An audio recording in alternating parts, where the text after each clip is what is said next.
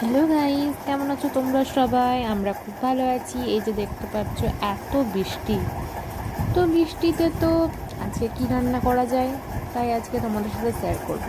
একদম মিস করবে না কিন্তু, দেখতে থাকো। কি রান্না করছো আজকে? আজ বৃষ্টি পড়ছে, ওই খিচুড়ি আর মাংস কষা। বাহ, আজকে ওয়েদার তো ভালোই আছে। হ্যাঁ, এই আজকে বৃষ্টিতে ভাত আমাদের ভালো ওয়েদার, লাগবে না। যে মা রান্না করছে মাংস, আর খিচুড়িটা প্রায় হয়ে গেছে, আর এখানে হচ্ছে চিকেন কষা। 2,000 years later.